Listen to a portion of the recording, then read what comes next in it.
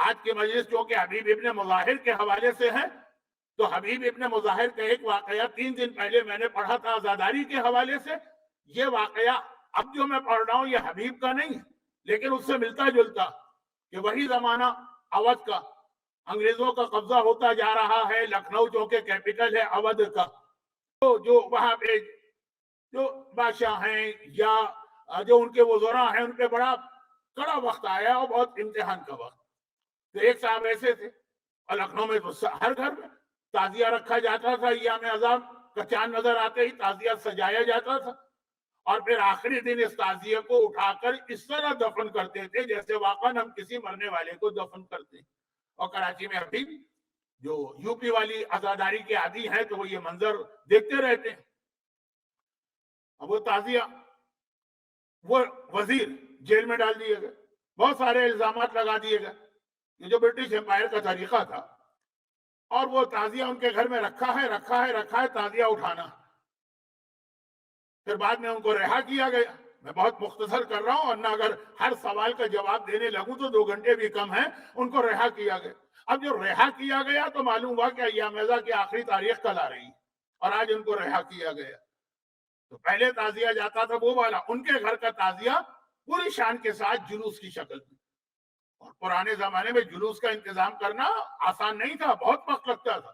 مختلف انجمنوں سے بات کریں, نوحہ خان لوگوں سے بات کریں, ساری سیٹنگ کریں, کل صبح تعزیہ دفن کرنا ہے اور آج وہ رہا ہو رہے ہیں. اتنا وقت ہی نہیں ہے کہ کوئی انتظام کرے. کہا نہیں, مولا ہماری مجبوری دیکھ رہے ہیں, ہم تعزیہ تو اٹھا کے اسے دفن کریں گے, کچھ نہیں کر سکتے ہیں تو چپ چاپ تعزیہ لے کے چلے جائیں گے. نہ کوئی انجمن, نہ کوئی نوحہ خان, نہ کوئی وہ ماتمی دستہ, تعزیہ دفن کرنا ہے. صبح سویرے نماز کے بعد تعزیہ لے کے چلے. محلے والے جمع ہوئے, جہاں جہاں سے گزرا اور لوگ جمع ہوئے اور ایسا ماحول بن گیا کہ اتنی رقت طاری ہوئی کہ اگر 50 نوحے بھی پڑھے جاتے تو اتنی رقت طاری نہ ہوتی.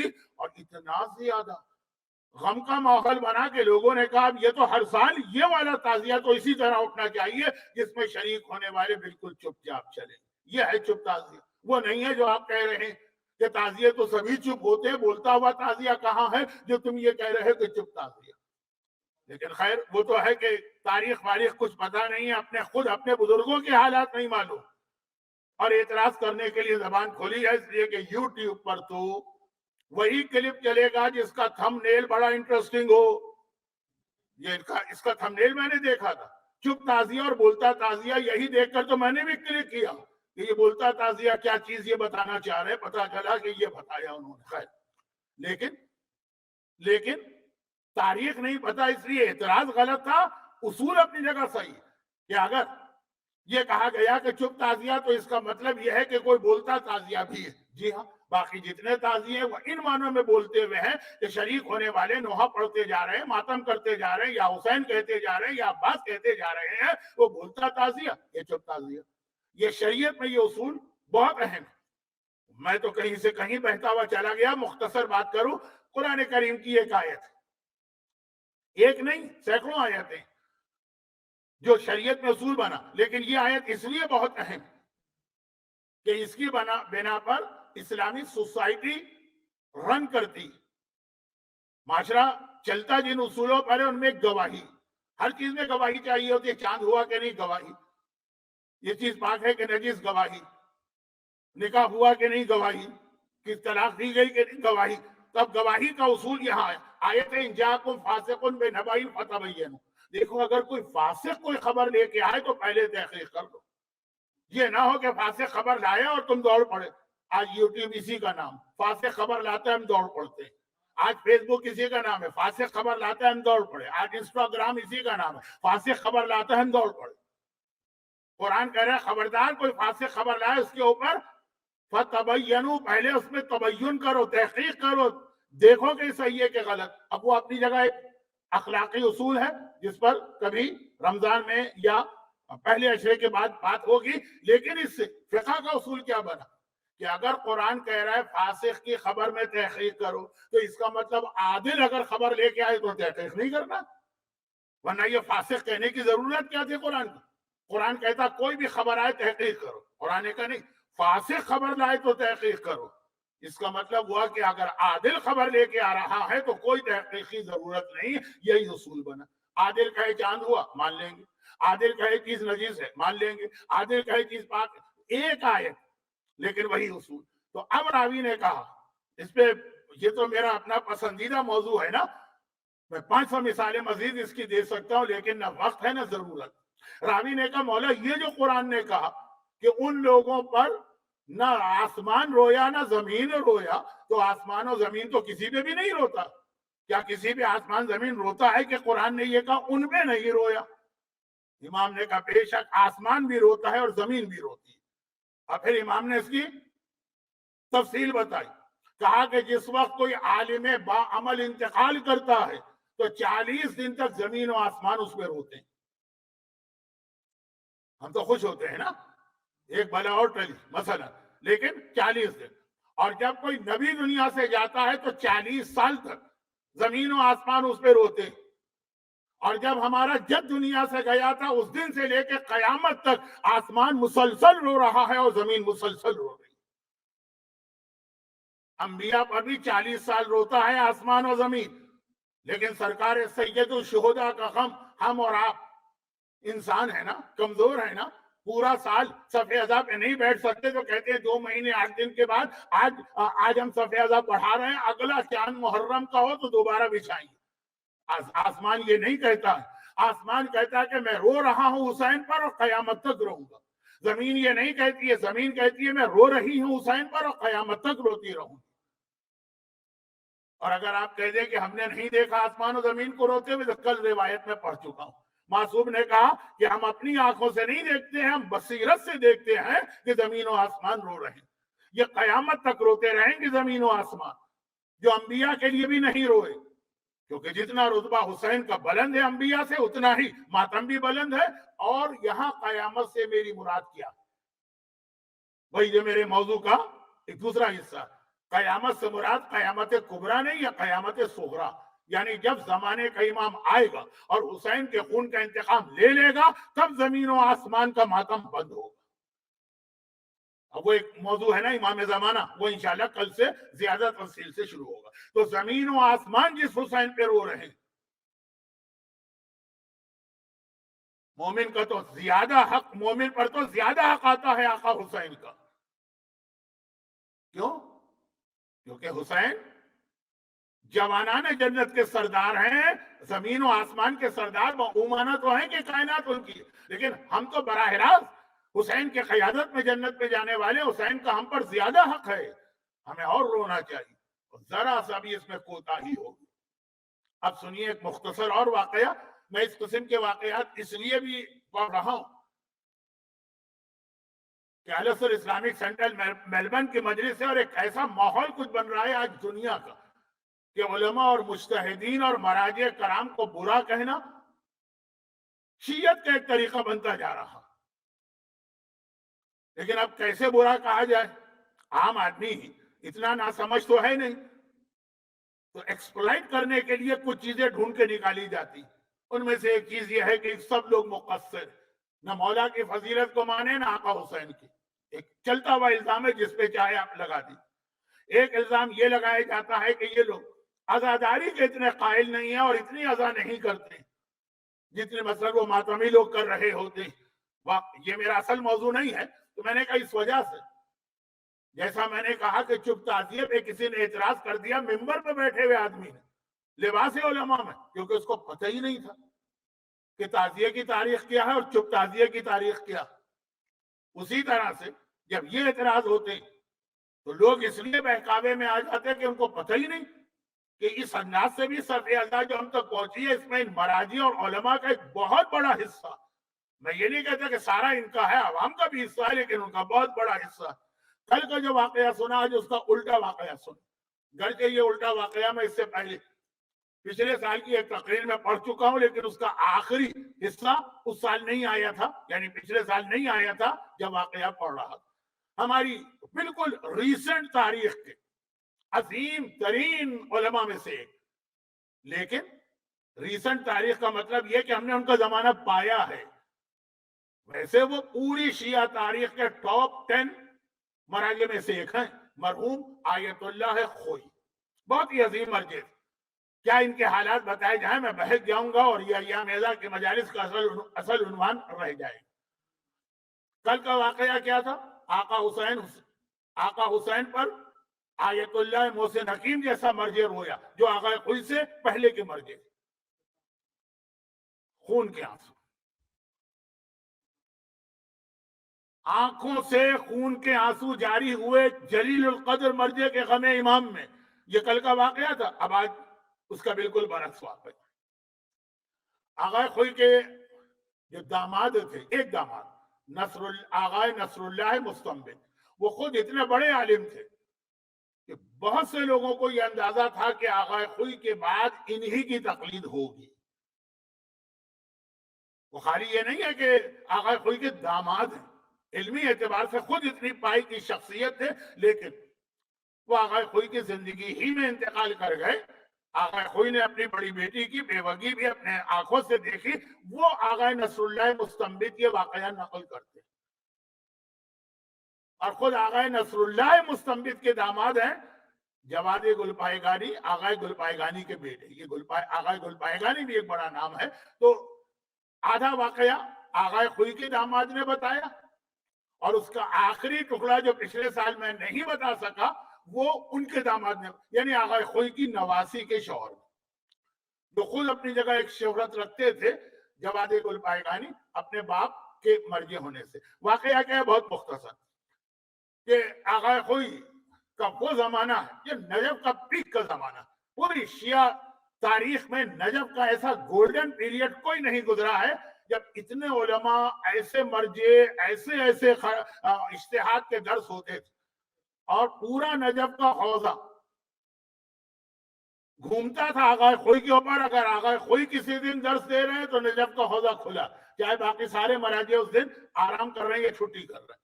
اور آغا خوئی اگر درس نہیں دے رہے ہیں تو نجف کے حوزے میں تعطیل ہے، یعنی چھٹی ہے، چاہے باقی ہر عالم درس دے رہا. یہ ایک بہت بڑی بات تھی کہ مرجع آغا محسن حکیم تھے، ان کے ہوتے ہوئے بھی نجف کا حوزہ گھوم رہا. جو مولا کا جملہ ہے خطبہ شخشقیہ میں کہ خلافت میں میرا وہ کام ہے جو چکی میں قطب کا ہوتا ہے. میں ملا نہیں رہا ہوں دونوں کو. نجف کے حوزے میں آغا خوئی کی وہ حیثیت تھی. تو آج بھی آغا خوئی کو اجتہاد کا درس دینا، لیکن وہاں اسٹوڈنٹ انتظار کر رہے نہیں آئے.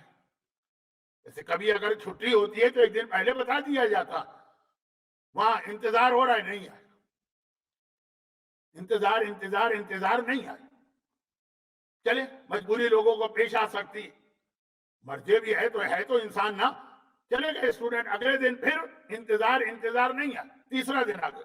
تو پوری زندگی آغا خوئی نے 60 سال تک اجتہاد کا درس دیا ہے. جس مسجد میں آج وہ دفن ہے، مسجد خضرا جو نجف کے زائرین ہے، اسی میں طویل سے درس دیا. 3 دن گزر گئے، وہ آئے نہیں. مجبوری ہو جاتی ہے، لیکن ایسی مجبوری تو زندگی میں کبھی نہیں ہوئی. اب باقی تو جو اسٹوڈنٹس ہیں ان کی ہمت نہیں پڑ رہی ہے، لیکن نصر اللہ مستنبط تو داماد ہے نا، چنانچہ وہ پہنچ گئے اور ان کے گھر میں داخل ہوئے. چھوٹا سا گھر تھا محلہ امارہ میں. نجف کا ایک بہت مشہور محلہ امارہ، جہاں پہ آغا محسن حکیم کا بھی گھر تھا اور آغا خوئی کا بھی گھر تھا، جسے صدام نے بعد میں توڑ دیا اور آج کل اسی میں وہ عالی شان صحن فاطمہ کے نام سے نیا کمپلیکس بنایا گیا ہے. جائیں گے تو دل خوش ہو جاتا ہے. اور اسی کے اختتام پر صافی یمانی کی قبر ہے جو وادی السلام کی پہلی قبر کہی جاتی ہے، جو مولا نے اپنے ہاتھ سے دفن کیا. میں ذرا سا لوکیشن بتا رہا ہوں. وہاں پہ آغا خوئی کا گھر تھا. چنانچہ گئے یہ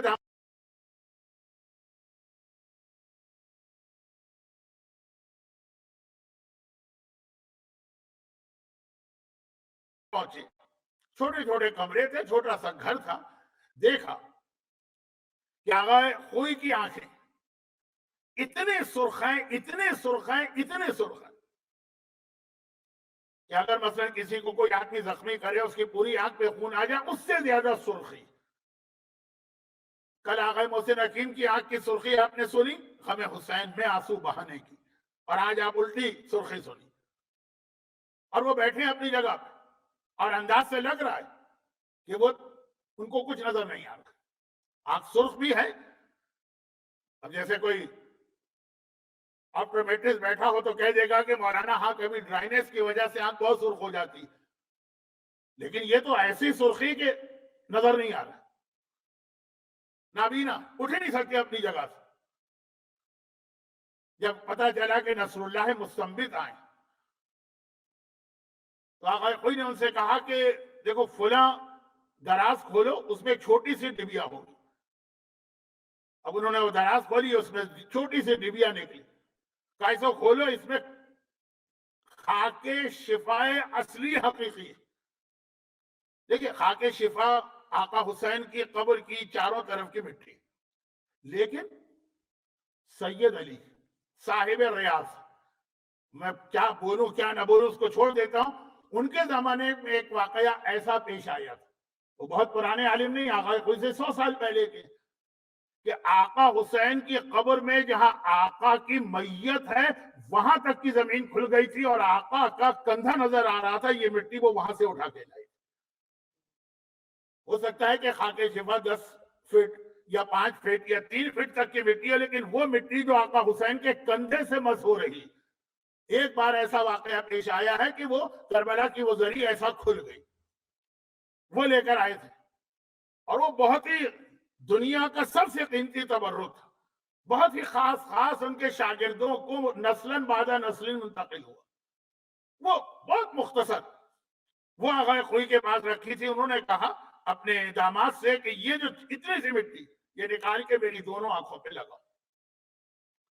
داماد نے کہا مطلب وہ آج کل کی طرح کا کوئی بیتوکا آدمی تو نہیں ہے، جیسے آج کل ایسے بھی لوگ ارے کووڈ کچھ نہیں ہے، ویکسین کچھ نہیں ہے، کوئی علاج نہیں کرانا، یہ سب سازش ہے دشمنوں کی، ہوگی سازش، لیکن ویکسین اپنی جگہ، کووڈ اپنی جگہ ہے۔ یہ کہہ سکتے ہیں کہ دشمنوں کی سازش سے یہ بیماری پھیلی، کہہ نہیں سکتے، یعنی بیماری کوئی نہیں ہے، خالی پروپیگنڈا۔ تو وہ داماد خود ایک مجتہد اور واجب علاج، تو اس نے کہا کہ یہ آپ کسی ڈاکٹر کو دکھا کے علاج کرائیے نا، یہ تو ٹھیک ہے وہ اس کا منکر نہیں ہے، لیکن ساتھ میں دعا اور دوا ساتھ چلتی ہے، تاکہ جو نجف کے اندر جو اسپیشلسٹ ہے، آئی اسپیشلسٹ، ان کو 3 دن سے دکھائے، سب نے کہا کہ آپ کی آئی سائٹ جا چکی ہے اور اب اس کی واپسی کا کوئی طریقہ نہیں۔ 2 یا 3 دن پہلے میں نے کتنے بڑے ایک مرضی کا ذکر کیا تھا، وہ آقا خوئی کے زمانے کے تھے، 7 سال، وہ فرینچ ڈاکٹر نے جن کی بینائی ضائع کر دی، تو آقا خوئی نے کہا جی اس وقت اویلیبل ہے، انہوں نے تو منع کر دیا، اب یہ خاک شفا ہی ہے، یہ میری آنکھوں پہ لگاؤ، میں نے ان کی آنکھوں پہ لگایا اور میں چلا گیا۔ اگلے دن معلوم ہے کہ آقا خود درس دینے کے لیے آ گئے ہیں، within 24 hours وہ ساری سرخی ورخی جا چکی ہے، اور بالکل وہ جو ان کی پہلے سے آئی سائٹ تھی وہ تھی، شاید اس سے بھی بہتر ہو گئی تھی، انہوں نے درس دیا۔ اچھا اب ہوا کیا تھا، وہ آقا خوئی کی نواسی جو ہیں ان کے شوہر جواد گل پائیگانی، وہ بتاتے ہیں کہ یہ بتایا آقا خوئی نے کہ میرا گھر بہت چھوٹا تھا اور میری بیوی کو ایام ازا کے پہلے عشرے میں مجلس کرنے کا بہت دل چاہتا تھا، اور وہ صف ازا بچھاتی تھی۔ ہمارے یہاں بھی عورتوں کا ایک بہت بڑا رول ہے صف ازا بچھانے میں اور اس کو بچانے میں اور اس کو آگے بڑھانے میں۔ اب گھر بہت چھوٹا ہے اور آقا خوئی ٹھیک ہے اس وقت مرجے نہیں تھے، لیکن اس وقت بھی ایک ایسا نام تھا علمی دنیا میں کہ اب ان کے گھر میں مجلس ہے، چلی آ رہی ہیں عورتیں، اور میں تو کراچی کی بات کر رہا ہوں اپنے بچپنے کی، بہت پرانی بات نہیں، آپ مجھے اتنا بوڑھا بھی نہ سمجھیں کہ جتنا کبھی میری مجلسوں سے لگتا، جاننے والا ہو جاننے والا نہ ہو، رضویہ سوسائٹی میں فجر کے بعد سے مغرب تک بلکہ رات کے 11 تک عورتوں کی مجلسیں اس طرح چلتی ہے کہ یہ نہیں ہے کہ وہ جاننے والا ہے تو اس کے گھر جانا ہے اور وہ بلائے تو اس کے گھر جانا ہے، اس 10 دن میں گھر ہر ایک کے لیے کھلا ہوا۔ اور میں آج بھی آپ حضرات میں سے ان لوگوں کو کہ جو لندن جا سکیں گے ان سے کہتا ہوں کہ آپ جائیے لندن میں، جو پورا ویسٹ لندن میں جو پورا علاقہ ہے ویسٹرن گرین کا، جہاں پہ آغا سیستانی کا بھی آفس ہے، جہاں پہ آغا خامنہئی کا بھی آفس ہے، جہاں پہ تمام مراجع کے آفس ہیں، وہاں جائیے کبھی پہلے 10 دن اتنی کثیر تعداد میں عراقی عورتیں کہ مجھے وہ رضویہ کا منظر یاد آ جاتا ہے، سب عبایا پہن کے فجر سے لے کے مغرب تک غول کے غول جا رہے ہوتے ہیں وہ ماحول، اور نجف اور آغا خوئی کا گھر آ جاتے ہیں، سب بھر جاتی ہیں عورتیں. اور یہ جو ہے ضروری نہیں ہے کہ ہر مجلس کے لیے وہ انتظامات ہوں جو العصر اسلامک سینٹر میں آپ کے لیے کیے گئے، جیسی جس کی حیثیت، جیسا اللہ جس کو توفیق دے. کچھ نہ صحیح تو غدیر کی طرح سے مجلسیں ہوتی ہیں، چنانچہ کوئی کمرے میں بیٹھا ہے تو کوئی سیڑھیوں پہ بیٹھا ہے تو کوئی کچن کے پاس بیٹھا ہے تو کوئی دروازے پہ بیٹھا ہے، خواتین کی مجلس. لیکن اس کا نتیجہ یہ کہ آغا خوئی جو روزانہ اجتہاد کا درس دیتے ہیں، پہلے رات کو اسٹڈی کرتے ہیں، وہ اسٹڈی نہیں ہو پاتی، بھر جاتی ہیں سب عورتیں آ کے. تو ایک دن بیوی سے کہا کہ نجف میں اتنی مجلسیں ہو رہی، ہر گھر میں مجلس ہوتی، مولا کے روزے میں اتنی مجلسیں ہوتی، اگر ہمارے گھر میں یہ مجلس نہ ہو مسلسل، سال میں ایک مجلس رکھ لو، 2 مجلسیں رکھ لو، تو میرے لیے کتنی آسانی ہو جائے گی. جو ساری دنیا سے اسٹوڈنٹ میرے پاس پڑھنے کے لیے آئے ہوئے.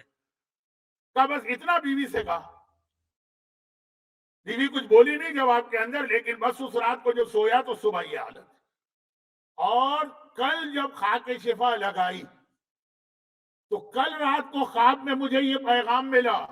اب تفصیل نہیں بتاتے ہیں وہ لوگ جن کی امام سے ملاقات ہوئی، کہ تمہیں اس جملے کی وجہ سے مرتے دم تک نابینا کر دیا گیا تھا، آنکھوں کی بینائی تمہاری واپس نہیں آنا تھی.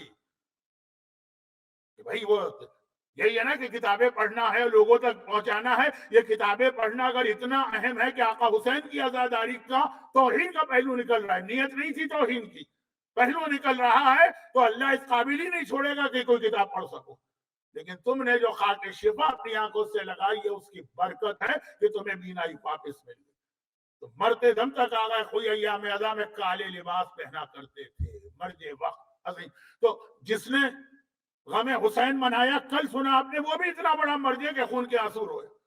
اور جس نے جان بوجھ کر نہیں، کسی بری نیت سے نہیں، خود اسی دین کی خدمت کی نیت سے یہ کہا کہ چونکہ مجلسیں تو بہت ہو رہی ہیں، اگر اس گھر میں نہ ہو تو کیا حرج ہے.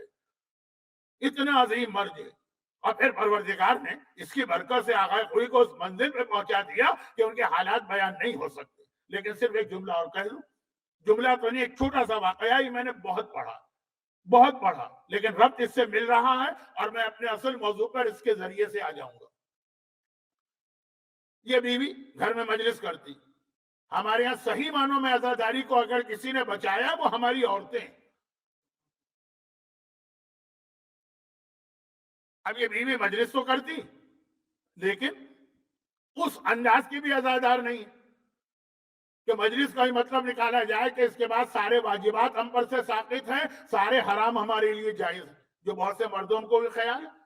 جی ہم نے امام کا غم منا لیا، اگر نماز قضا کرے تو کیا حرج، اور اگر ہم بے پردہ گھومے تو کیا حرج، اور اگر ہم داڑھی شیو کریں تو کیا حرج، اور اگر ہم گانے سنے تو. یہ آج کا موضوع نہیں. اس دفعہ اب تک میں نے بہت احتیاط کی کہ ایسی کوئی سخت بات فی الحال نہ آنے پائے. لیکن آغا خوئی کی بیوی بہرحال جس وقت یہ ساری بات ہو رہی ہے اس وقت بھی آغا خوئی علم میں اتنے بڑے تھے. جب ان کی زندگی کے آخری سالوں صدام ایک ایسے مسئلے پہ پھنس گیا کہ اس کو پتا تھا کہ سوائے آغا خوئی کے اس مسئلے سے اس کو کوئی نہیں نکال سکتا. پھنس گیا تھا ایک مسئلے میں. آج جو عراق میں آپ اتنی عزاداری بھی دیکھ رہے ہیں، زیارت بھی دیکھ رہے ہیں، چہلم کے موقع پہ 20 ملین لوگ، آسٹریلیا کی آبادی سے زیادہ لوگ صرف ایک شہر کربلا میں جمع ہو جاتے ہیں. یہ سارا جو کچھ آپ دیکھ رہے ہیں اس میں سب سے اہم رول آغا خوئی کا، کہ صدام کے زمانے میں اس کے سارے مظالم کو اپنے سینے پہ برداشت کر کے نجف اور کربلا کو باقی رکھا. اس کی پوری کوشش تھی کسی طرح یہ ان کے ٹریپ میں آ جائے اور وہ ان کو بھی عراق سے نکال دے، اور پھر ختم عراق. اس کے حساب سے ویسے تو اللہ ہے اپنی جگہ، لیکن ظاہری اعتبار سے. اور آغا خوئی نے ہر ظلم برداشت کیا. اسے کوئی ایسا موقع نہ دیا کہ نجف کا عہدہ تباہ ہوتا یا کربلا ختم ہوتا. یہ ایک الگ حالات ہیں، آج آغا خوئی کے حالات نہیں بتانا ہے. عزاداری کی وجہ سے بتایا میں نے کہ آغا خوئی جیسے عظیم مرجے کو بھی اللہ نے ایک امتحان میں ڈالا. ایک روایت آپ کو یاد دلا.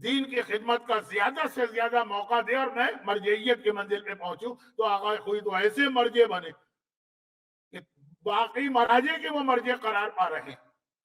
اور دوسری میری دعا جو تھی وہ یہ تھی کہ اللہ مجھے، اچھا اس کام کے لیے یہ ضروری ہے جو دوسری دعا، اللہ مجھے ایسا لائف پارٹنر، ایسی بیوی عطا کرے جو اس کام میں میری معاون بنے، کیونکہ بیوی اگر روزانہ فرمائشات کی ایک لسٹ لے کے بیٹھی ہوگی تو کہاں کی مرجعیت، کہاں کا قرآن، کہاں کی حدیث۔ میرے ایک دوست سے جوانی کی بات کر رہا ہوں، کراچی میں ایک محلہ ہے محمود آباد، وہاں کی مسجد کے پیش نماز سے جمعے کی نماز پڑھاتے تھے، ہر جمعے کو سورہ جمعہ میں کئی غلطیاں کرتے تھے۔ لوگوں نے کہا بھی بعد میں، جو مخلص لوگ تھے اس وقت تک اتنی بدتمیز انتظامیہ مسجدوں اور امام باڑوں میں نہیں تھی کہ بھئی آپ سورہ جمعہ ایک ایسا سورہ ہر ہفتے آپ کو پڑھنا، اچھی طرح یاد کر لیں۔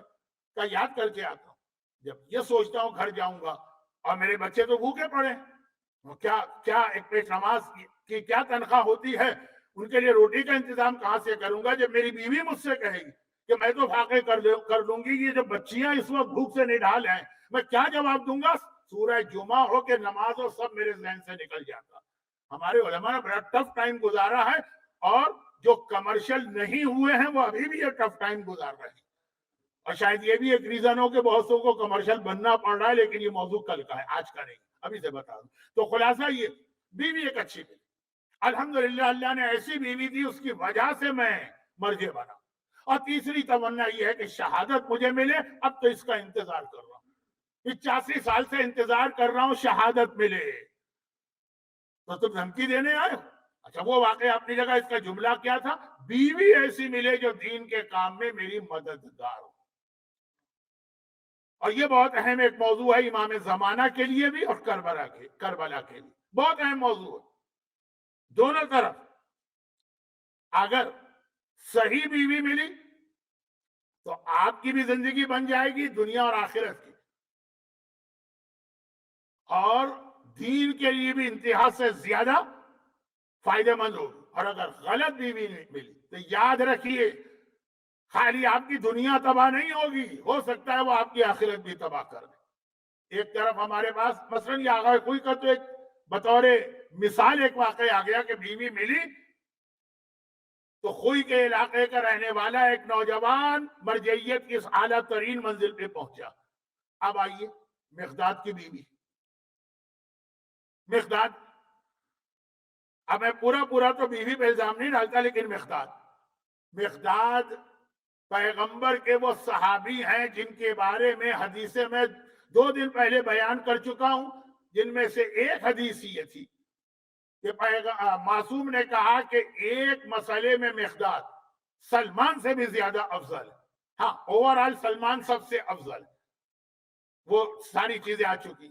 مقداد قرآن میں الف کی طرح کسی سے نہیں ملتے، سب تنہا اکیلے، ان کا دل نہیں ہے، ہماری محبت اور ہمارے مودت کے اندر لوہے کا ٹکڑا ہے۔ اس زمانے کی ٹیکنالوجی کے اعتبار سے کہ لوہے کو کوئی چیز نہیں پگھلا سکتی، مقداد کے دل میں ذرا سے بھی تبدیلی نہیں آئی۔ پہلے حکمران سے لے کے تیسرے حکمران تک مقداد نے ہر ایک کے خلاف منہ پر ان کے جہاد کیا۔ واقعات ہیں جو پڑھنے کا موقع بھی نہیں ہے، کچھ حالات بھی ایسے، یہ خواتین کی مجلس میں پڑھے جا سکتے ہیں کہ جہاں پہ صرف اپنا مجمع ہوتا۔ تو خیر بہت زیادہ مقداد کی تعریف آئی، اور میں نے کہا تھا نا کہ اصحاب رسول کی جتنی کیٹیگریز معصوم نے بتائی سب میں مقداد شامل ہے۔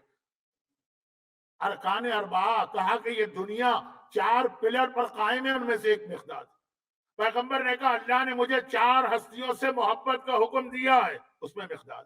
پیغمبر کی حدیث ہے کہ ساری دنیا جنت کا شوق رکھتی ہے، خود جنت کو 4 ہستیوں کا شوق ہے، اس میں مقداد۔ جتنی بھی کیٹیگریز ہیں یہ پورا ایک الگ موضوع ہے کہ اصحاب رسول کی امام نے کیٹیگریز بنائی، کہا یہ صحابی ہے، یہ ارکان اربعہ ہے، یہ اصفیاء میں شامل ہے، یہ حواری ہے، یہ شرطۃ سب میں مقداد۔ مگر اچھا ہلکا سا اشارہ کر دوں، وہ واقعہ بہت لمبا ہے، ٹائم نہ نکل جائے آج، اس میں ایک اشارہ کر دوں۔ مقداد کے بعد جو کیٹیگری ہے نا صاحب کی، ان میں ایک نام آتا ہے حجر ابن عدی کا، بہت عظیم صحابی ہے لیکن فضیلت میں مقداد کے بعد ہے۔ مولا کی محبت کے جرم میں حاکم شام معاویہ نے ان کو شہید کروایا، لیکن حجر کی پرسنالٹی اتنی اسٹرانگ پرسنالٹی تھی کہ حاکم شام بھی ڈر رہا تھا کہ اگر میں نے ان کو اپنے دربار میں بلا کے قتل کرایا تو عالم اسلام میرے اگینسٹ ہو جائے گا۔ وہی جو کل میں نے کہا، یہ ہے مسلمانوں کی حماقت۔ مالک ابن نویرہ سے دعا کروا رہے ہیں، اور جو مالک کو مالک بنا رہا ہے اس رسول کو چھوڑ کے آ رہے ہیں۔ مولا پہ ظلم کر رہے ہیں، حسن مجتبیٰ پہ ظلم کر رہے ہیں، حجر پہ ظلم کرنے سے ڈرا جا رہا ہے۔ کیوں؟ کیونکہ مسلمانوں کو علی اور حسن کے مظالم پہ کوئی پرواہ نہیں ہے، حجر پہ ظلم نہ ہونے پائے، وہ صحابی رسول ہے۔ تو گرفتار کر کے بلوایا، لیکن سپاہیوں سے کہہ دیا کہ اسے دمشق کیپٹل ہے نا، کیپٹل میں نہیں لانا، اس سے باہر جا کے اس کو آنے سے پہلے شہید کر دینا۔ اور ادھر معاویہ کے پاس لیٹر پہ لیٹر آ رہے، حضرت عائشہ کا لیٹر آیا کہ اے معاویہ، تم نے حجر کو گرفتار کیا اور اپنے دربار میں بلایا، کیا تجھے نہیں پتا حجر صحابی رسول ہے اور رسول اس کا کتنا احترام کرتے تھے؟ رہا کر۔ اب یہ سب اس کو پتا تھا پہلے سے حاکم شام کو کہ یہ اتنا زیادہ جو ہے میرے خلاف ایک لوبی بن جائے گی، یعنی سارے مسلمان خلاف ہوں گے، پہلے سے کہہ دی سپاہیوں لے کے آ رہے ہو، شہر میں نہیں آنا، شہر کے باہر ہی ان کو شہید کر دینا۔ جیسے ہمارے یہاں پاکستان میں ہوتا ہے نا، پولیس پکڑ کے لے جا رہی ہے، معلوم ہوا کیا جی وہ اٹیک ہو گیا اور کچھ لوگوں نے، پولیس والوں نے اپنے اختیارات سے تجاوز کیا اور وہ ایکسٹرا جوڈیشری کلنگ وہ ہو گئی، چلو ان کو برطرف کرو، ان کو معطل کرو، وہ انکوائری کرو، اللہ اللہ خیر اللہ۔ یہ کوئی آج کی بات نہیں ہے، سارے سلسلے وہاں سے ملے۔ کہا شہر میں آنے سے پہلے ان کو شہید کر دینا، کہ بعد میں کوئی مجھ سے کہے کہ تم نے کیا کیا، میں کہوں کیا کروں، میرے سپاہیوں نے غلطی کی، میرے پاس تو وہ آئے ہی نہیں، آئے ہوتے تو میں چھوڑ دیتا۔ حجر کا واقعہ پڑھنے کی ضرورت نہیں ہے، آپ جب زیارت پہ جاتے ہیں شام کی تو یہ واقعہ وہاں سنایا جاتا ہے، اور انشاءاللہ یہ وقتی رکاوٹیں ختم ہوں گی۔ آپ کربلا کی زیارت کو بھی جائیں گے، آپ نجف کی زیارت کو بھی جائیں گے، آپ سیریا کی زیارت کو بھی جائیں گے، تو صرف اس کا ایک جملہ، حجر گرفتار کر کے لائے جا رہے ہیں، راستے میں خط ملا، بالکل یہ شہر کے سرحد پر، بالکل شہر کے قریب، شہر کون؟ ڈمسکس جو کیپٹل ہے، وہاں پہ وہ اس کو خط ملا جو سپاہیوں کا کمانڈر تھا کہ ان کو شہید کر دو۔ اس نے خط پڑھ کے سنایا، کہا دیکھو ہمارا تمہارا کوئی جھگڑا نہیں، لیکن یہ حکم حاکم کا حکم آ گیا، مجھے اس پہ عمل کرنا، اور چونکہ ہمارا تمہارا کوئی جھگڑا نہیں ہے تو اگر تمہاری کوئی وصیت ہے تو بتا دو، اس پہ عمل کریں گے اگر ہمارے اختیار میں ہو۔ پہلی وصیت کیا کی؟ میرے ساتھ میرا جوان بیٹا بھی پکڑا گیا ہے، پہلے اس کو شہید کرو، بعد میں مجھے شہید کرو۔ بالکل کامن سینس کے خلاف۔ باپ اور ماں کے سامنے جوان بیٹا پکڑا جائے، وہ کہتے ہیں ہمیں مار دو، اس کو چھوڑ دو، اور اگر اس کو مارنا ہی مارنا تو پہلے ہمیں مار دو، ہم یہ داغ برداشت نہیں کر سکتے کہ ہماری آنکھوں کے سامنے جوان مارا جائے۔ حجر وصیت کر رہے، پہلے میرے جوان بیٹے کو میرے سامنے شہید کرو، پھر مجھے شہید کرنا۔ یہ بالکل کامن سینس کے خلاف، لیکن وجہ بتائی، مجھے ڈر ہے کہ ابھی تو میں زندہ ہوں تو میری وجہ سے ایک آنکھ کا لحاظ کرے گا میرا بیٹا اور حق پر رہے گا، اگر میں مارا گیا تو ایسا نہ ہو کہ بات تو چلا گیا، کوئی بڑا تو رہا نہیں، وہ بیٹا معاویہ کو ماننے لگے اور علی کے خلاف ہو جائے جان بچانے کے لیے۔ حجر کو یہ ڈر کیوں تھا؟ ایک تو ویسے ہی ایک عام سی بات ہے نہیں، ہسٹری میں واقعہ آیا، اور واقعہ یہ آیا کہ مقداد جیسا علی کا عظیم صحابی اور مقداد کا اپنا بیٹا جنگ جمل میں حضرت عائشہ کے لشکر میں شامل ہوا، مولا علی کے خلاف لڑا، اور اس طرح سے لڑا مولا علی کے خلاف کہ اس جنگ میں مولا علی کی مخالفت کرتے ہوئے، بھرپور جنگ کرتے ہوئے آخر میں مارا گیا۔ اور جب جنگ ختم ہوئی اور مولا اس کے لاشے کے قریب سے گزرے تو دو جملے کہے مولا نے۔ پہلا جملہ یہ کہا کہ اے میرے بھانجے، تو نے حق ادا نہ کیا اپنے ماموں کا، اور دوسرا جملہ یہ کہا کہ اگر تیرا باپ زندہ ہوتا تو اس کا طریقہ تیرے طریقے سے بالکل مختلف ہوتا۔ لیکن سوچنے کی بات ہے، جو سلمان سے افضل بن رہا ہے ایک مسئلے میں، اس کا اپنا بیٹا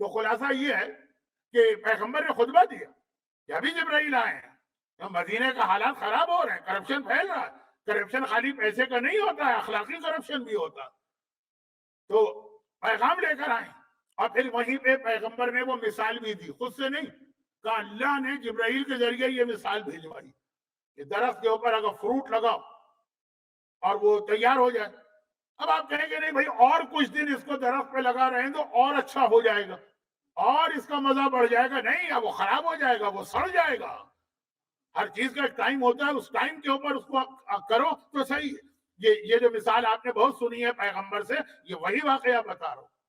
اچھا، اب یہ تقریر ختم ہو گئی، اب تقریر ختم ہو گئی، پیغمبر کا خطاب ختم، پیغام دے دیا، لوگ ڈسپل ہونے لگے۔ اچھا فرض کیجئے پیغمبر کہا، میں کہا، ملا مت دیجیے گا۔ فرض کیجئے میں نے کسی موضوع پہ تقریر، داڑھی کے موضوع پہ تقریر، اب جب مجمع اٹھے گا نا تو جو بغیر داڑھی والا ہوگا اس کو دیکھ کے کوئی صاحب کہیں گے، سنا مولانا کو تم نے کیوں نہیں رکھی داڑھی؟ یہی ہوتا ہے نا، یہ جو ٹونٹنگ ہے نا، یہ بہت سے لوگوں کو نیکی کے راستے پہ آنے سے روک دیتی ہے۔ اگر فرض کیجئے حجاب پہ میں نے کوئی مجلس پڑھی ہے اور خواتین وہ مجلس سن کے باہر آ رہی ہے، تو جو حجاب والی ہوگی بے حجاب نہیں، سنا تم نے کیا کہا ابھی مولانا نے یا ذاکرہ نے؟ تو یہ جو ایک ٹونٹنگ ہوتی ہے نا، یہ ایک لوگوں کو مزہ آتا ہے گناہگار کو ذلیل کرنے میں۔ گناہگار کی غلطی بتانا الگ چیز ہے، اس کو ذلیل کرنا الگ چیز ہے۔ اب ہوا کیا کہ عبد الرحمن ابن عوف، یہ بھی بڑے حضرت ہیں، وقت نہیں ہے کہ کچھ بتا سکوں، انہوں نے مقداد کو دیکھا، کہا مقداد سنا ابھی رسول اللہ کو کتنا شادی کا پیغام دے رہے تھے، تم نے اب تک شادی نہیں کی؟ مقداد بہت آؤٹ اسپوکنگ، میں نے کہا نا ہر حکمران کے سامنے بولے۔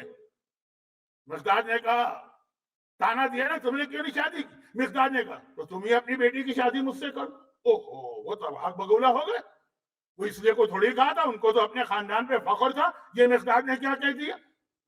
نہ خاندان کے اعتبار سے اچھا ہے، نہ شکل صورت کے اعتبار سے اچھا ہے۔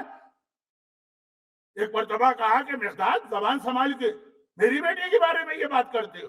مقداد رنج کے عالم میں، غم کے عالم میں رسول کے پاس گئے کہ یا رسول اللہ، آپ نے شادی کی بات کہی، ایک صاحب نے مجھ سے کہا کہ شادی کرو، ان کی بیٹی شادی کے قابل ہے، میں نے رشتہ دیا اور انہوں نے فوراً ٹھکرا دیا۔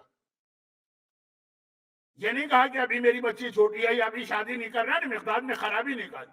پیغمبر نے کہا اس نے خرابی نکالی، میں اپنے چچا کی بیٹی کی شادی تجھ سے کرتا ہوں، میں اپنی چچا زاد بہن، پیغمبر کی سگی چچا زاد بہن، پیغمبر کے ایک چچا کا نام ہے زبیر، جن کو دشمنان اہل بیت حضرت ابو طالب کے مقابلے میں لاتے ہیں۔ وہ شخصیت بہت ٹھیک تھی، کبھی سنا ہوگا شاید، یا آپ نے شاید نہ سنا ہو، کہ وہ دشمنان اہل بیت کہتے ہیں رسول اللہ کو ابو طالب نے نہیں پالا، زبیر نے پالا، کیونکہ زبیر بڑے بھائی تھے، انہوں نے پالا، ابو طالب چھوٹے تھے۔ تو یہ زبیر کی بیٹی تھی زباغہ۔ پیغمبر نے کہا یہ میری بہن ہے، فرسٹ کزن، میں شادی کرتا ہوں، پوچھنے کی ضرورت بھی نہیں ہے لڑکی سے۔ یاد رکھیے گا، یہ ہے ولایت، یہ حق ولایت ہے کہ اللہ کا رسول ہو کہ امام کسی بھی لڑکے یا لڑکی کی شادی ان سے پوچھے بغیر، ان کی اجازت کے بغیر کر سکتا۔ سورہ احزاب کی کھلی آیت، وما كان لمؤمن ولا مؤمنة اذا قضى الله ورسوله امرا، جب پیغمبر نے زینب کی شادی زید سے کی تھی، وہ الگ واقعہ۔ خیر، پیغمبر نے کہا شادی میں کر، شادی ہو گئی، اور اسی شادی کے نتیجے میں وہ بیٹا پیدا ہوا۔ اب ہوا یہ کہ یہ جو لڑکی تھی نا، یعنی مقداد کی بیوی، ان کے رشتے کس کس سے ہیں؟ رسول خدا سے ہیں، ان کے چچا کی بیٹی۔ سیم رشتہ مولا سے، مولا بھی ان چچا کے بیٹے ہیں، تبھی مولا نے بھانجا کہا کہ مولا کی کزن سسٹر ہے، ان کا بیٹا۔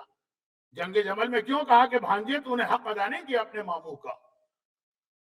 ان دو سے رشتہ ہے سیم رشتے کا مطلب کیا ہے کہ دونوں زباقہ کے، مقداد کی بیوی، ذہن میں رکھیے گا، آغا خوئی کی بیوی سے میں مقداد کی بیوی پہ آ رہا ہوں، مقداد کی بیوی ان دونوں کی بہن، ٹھیک، یعنی رسول اور مولا فرض کر۔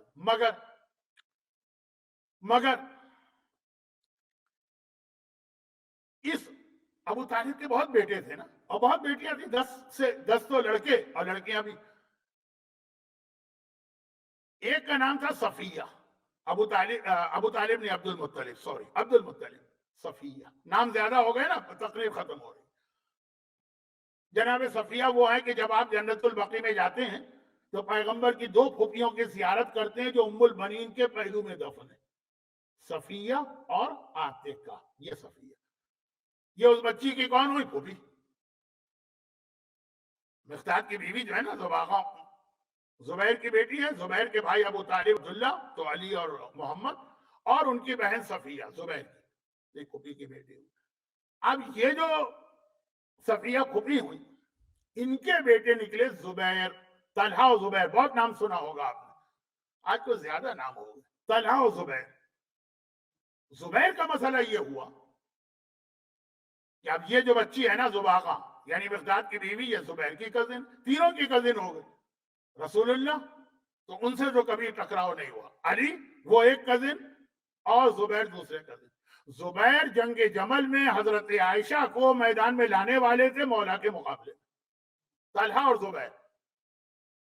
تو اب جنگ جمل جو ہو رہی ہے، ایک طرف علی ہے، ایک طرف حضرت عائشہ، مگر حضرت عائشہ کی جو رائٹ اور لیفٹ 2 آدمی ہے طلحہ اور زبیر، ان میں سے زبیر خاندان اہل بیت کے ہیں، اور مقداد کی جو بیوی ہے اس کے ایک کزن علی ہیں جو جنگ جمل میں ایک طرف ہے، دوسرے کزن زبیر ہیں جو جنگ جمل میں دوسرے. زبیر جو تھے وہ مکمل علی کے اگینسٹ ہو گئے. کیوں؟ ان کی اپنی بیوی کون تھی؟ حضرت عائشہ کی بڑی بہن اسما، ان کی شادی وہاں ہو گئی تھی. تو اب زبیر اپنی بیوی کے اتنے انفلوئنس میں آ گئے کہ مولا علی کے کزن ہیں اور مولا کے خلاف میدان میں آ گئے، اور اس کی وجہ سے خاندان کے جتنے نوجوان ان کے کنٹرول میں آئے ان کو علی کے خلاف لے گئے. اب کیا سلسلہ چل رہا ہے کہ مقداد کی بیوی انفلوئنس میں آ گئی ہیں اپنے کزن زبیر کے، اور زبیر انفلوئنس میں اپنی بیوی کی. چنانچہ ان عورتوں کی وجہ سے علی کے کتنے چاہنے والوں کی اولادیں علی کے خلاف میدان میں تلوار لے کے آ گئی. علی کے خلاف، ماں کی وجہ سے، پھوپھی کی وجہ سے. جو آغا خود نے کہا کہ میں نے اللہ سے دعا مانگی ایسی بیوی مجھے ملے، یہ بہت اہم چیز ہوتی ہے. اگر بیوی ایسی نہ ہو تو آدمی امامت کے خلاف ہو جاتا ہے، امام کا قریبی رشتہ دار ہونے کے باوجود اور مقداد کا بیٹا ہونے کے باوجود. مولا نے کہا بھانجے تو نے ماموں کا حق ادا نہ کیا، تیرا باپ زندہ ہوتا. اب یہ منظر حجر دیکھ چکے ہیں، حجر تھے اس جنگ میں. مقداد کا بیٹا اور علی کے خلاف. جب اپنے بیٹے پر وقت آیا کہا پہلے میرے بیٹے کی گردن اڑا دے، ایسا نہ ہو کہ مقداد جیسی کہانی میرے یہاں بھی آ جائے. لیکن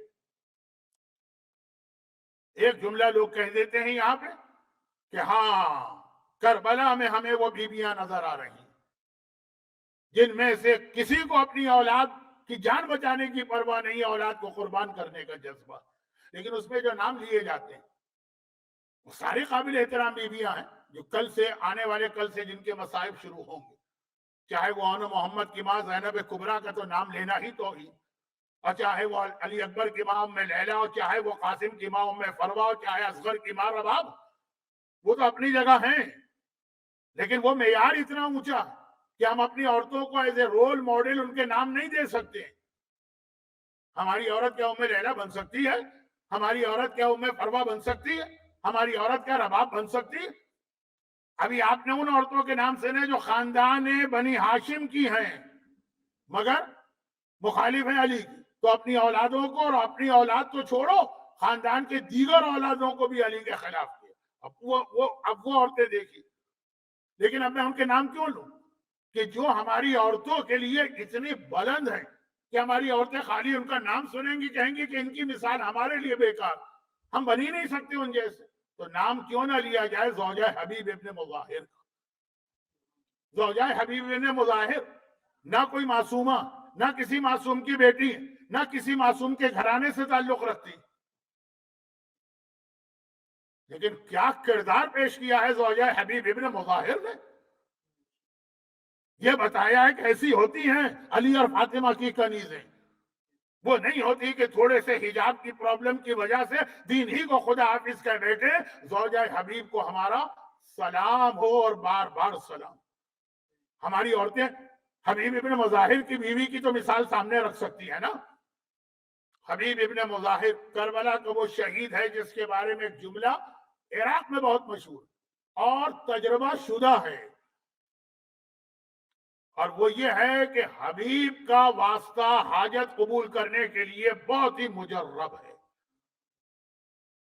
شہدائے کربلا میں سے بھی ہر ایک اپنی جگہ حاجت روا اور مشکل کشا. اہل بیت کی تو عظمت اتنی زیادہ کہ سوچ بھی نہ سکیں. مگر سوچئے ذرا کہ جب امام ان کی قبروں پہ جاتے ہیں, روضوں پر, تو ایک ایسا جملہ کہتے ہیں جو محاورے میں صحیح مگر امام کی شان کے خلاف لگتا. بے ابی و امی, اے کربلا کے شہیدوں, میرا باپ تم پہ قربان, میری ماں تم پہ قربان. یہ امام فرما رہے ہیں. اور ان میں نمایاں نام حبیب کا ہے کہ حبیب کا واسطہ. کبھی آپ کو کوئی مسئلہ پیش آئے, کبھی کوئی حاجت پیش آئے, جیسا کہ میں نے پہلی یا دوسری مجلس میں عرض کیا تھا کہ تمام اصحاب امام جو کربلا میں تھے, آقا نے ان کا سردار حبیب کو اس وقت بھی بنایا تھا اور قیامت تک کے لیے شہدائے کربلا کے سردار حبیب ابن مظاہر, یہ شہداء کے سردار. اور انہی کے ذریعے سے حسین صاحبان ایمان کی حاجتیں پوری کرنے کا پیغام بھیجواتے ہیں. یا حبیب فلاں کو پیغام دے دو, میں نے اس کی حاجت پوری کر دی. حسین کے بچپنے کے دوست تو ہیں, لیکن اور بھی کئی دوست ہیں. حبیب جیسا حق وفا اور محبت و دوستی کا حق کسی نے ادا نہ کیا.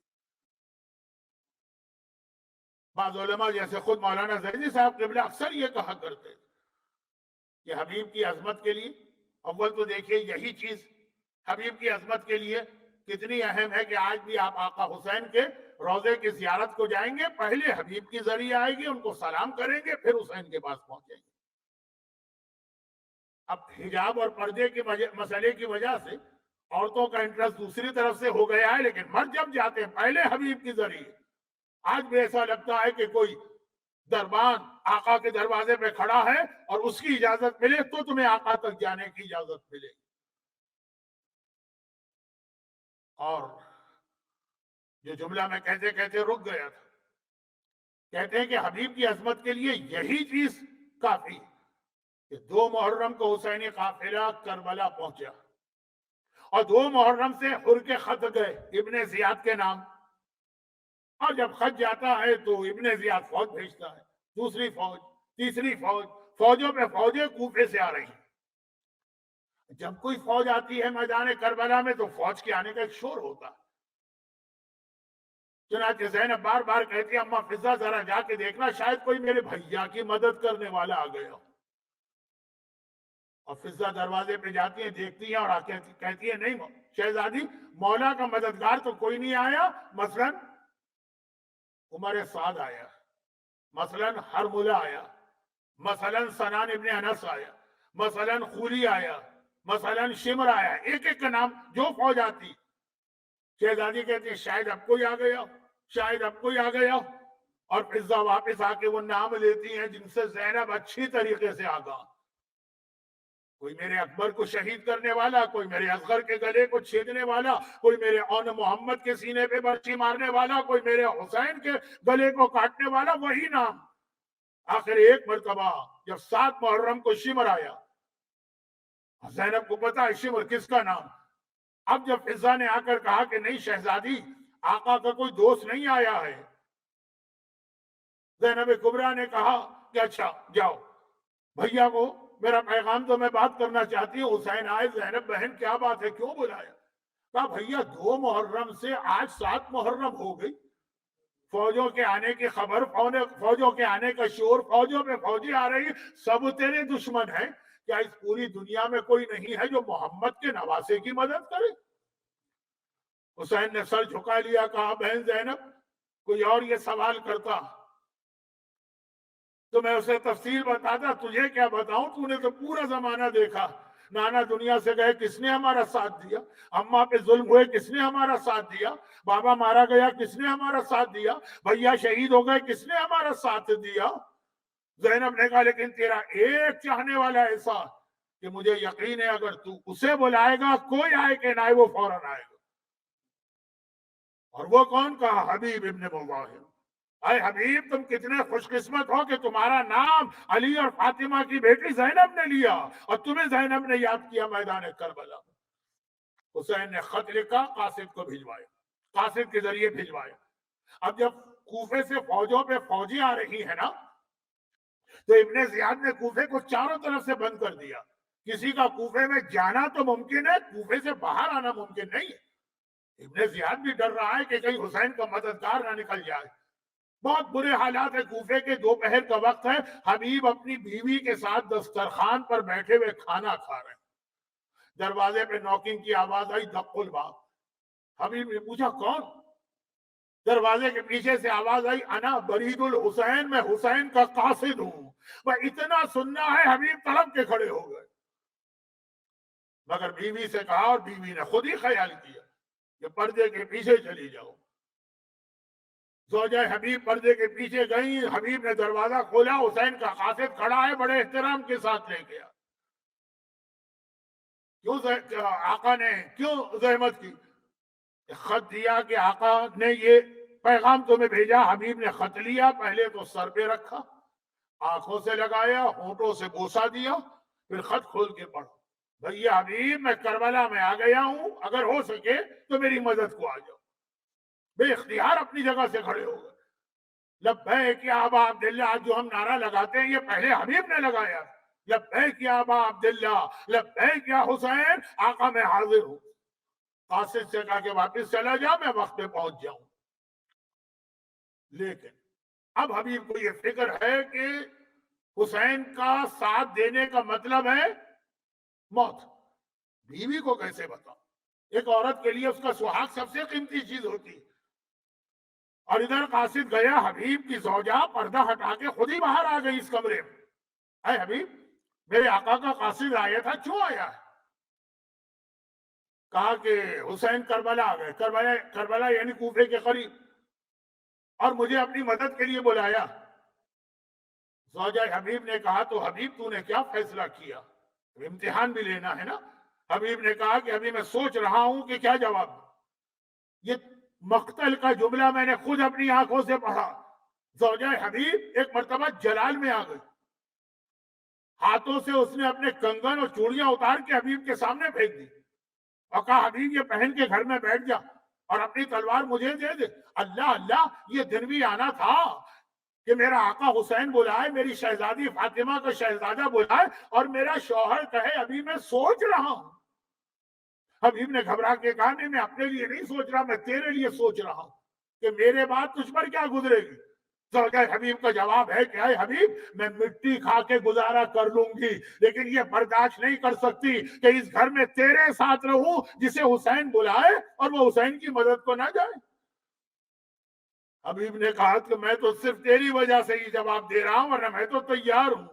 زوجہ حبیب نے ایک مرتبہ، اب حبیب تیار ہو کے نکلنا چاہتے ہیں، حبیب کا دامن پکڑ لی.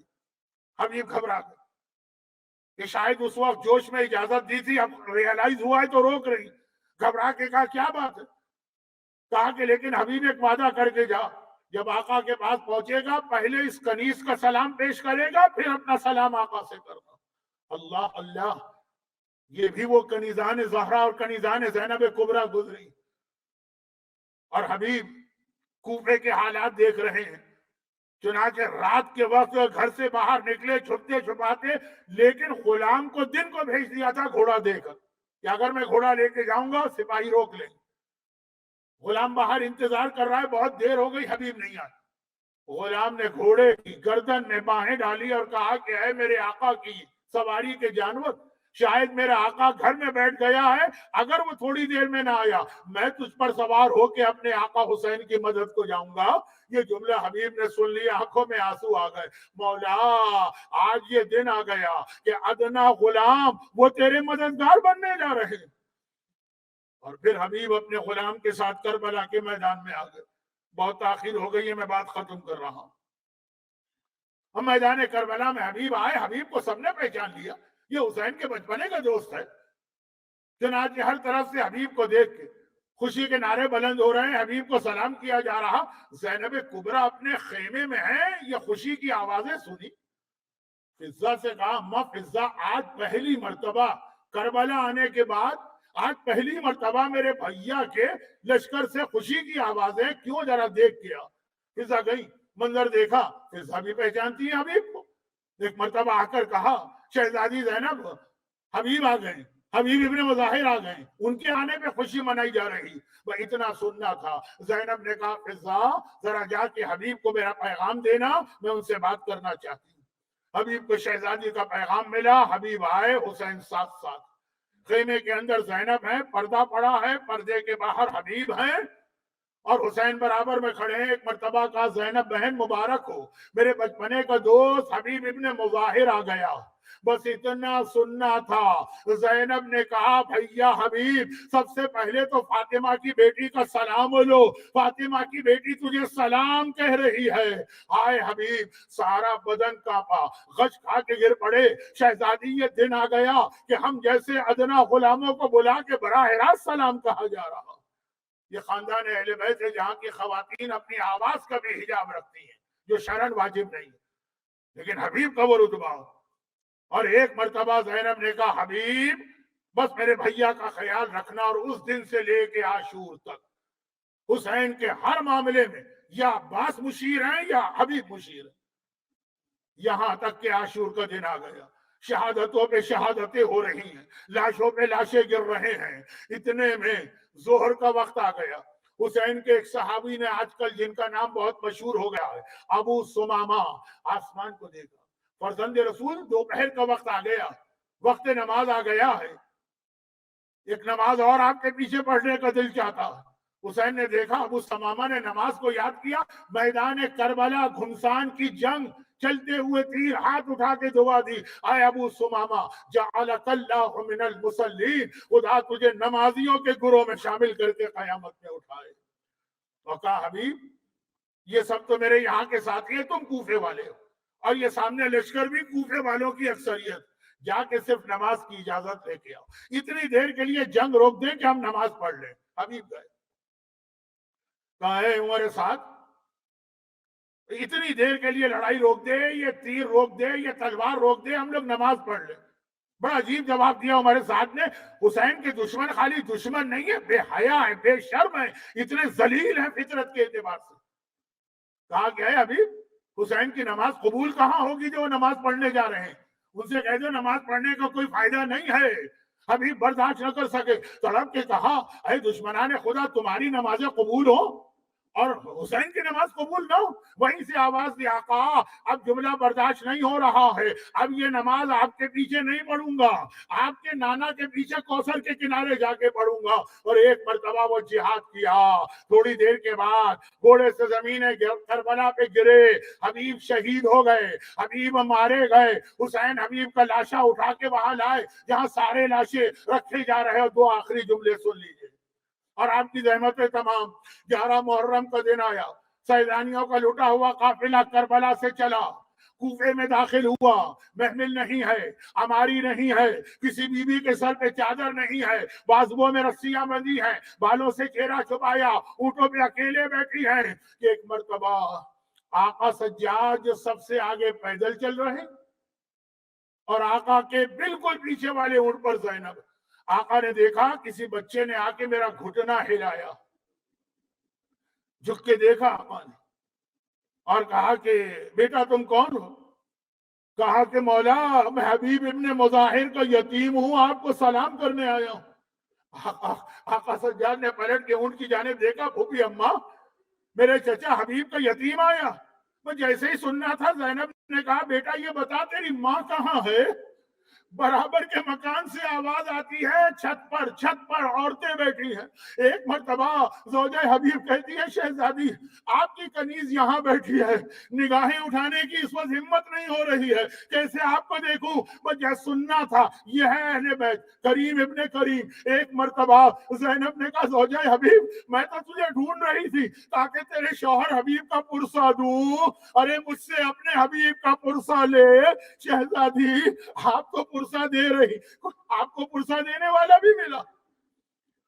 اور اتنی دیر میں ایک ایسا، بس آخری جملہ ایک ایسا منظر دیکھا، ذرا سوچیں غیرت مند سجاد کے دل پہ کیا گزری ہوگی. ایک عجیب جملہ، یہ حبیب کا چھوٹا بیٹا، وہ زوجہ حبیب، اور حبیب کا بڑا بیٹا. ایک مرتبہ سجاد نے دیکھا، وہ ننگی تلوار لے کے سامنے آ گیا. جس نیزے پر حبیب کا کٹا سر تھا، وہ نیزہ اٹھانے والے پہ حملہ کرتا ہے. باپ کے کٹے سر کو نہیں دیکھ سکتا. یہ جملہ سجاد بھی سن رہے، مولا حبیب کا یتیم یہ کہہ کے جا رہا حبیب لاوارث نہیں ہے. آپ نے اپنے بابا کا کٹا سر کس طرح سے لوگ کے نیزہ پہ دیکھا.